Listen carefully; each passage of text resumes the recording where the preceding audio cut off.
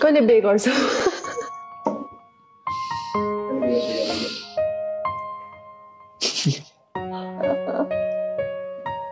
खै बे त अब आमाले गराइदिए मात्र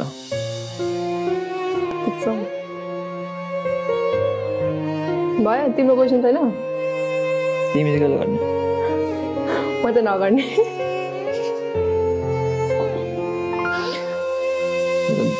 भने त सबको त्यही हो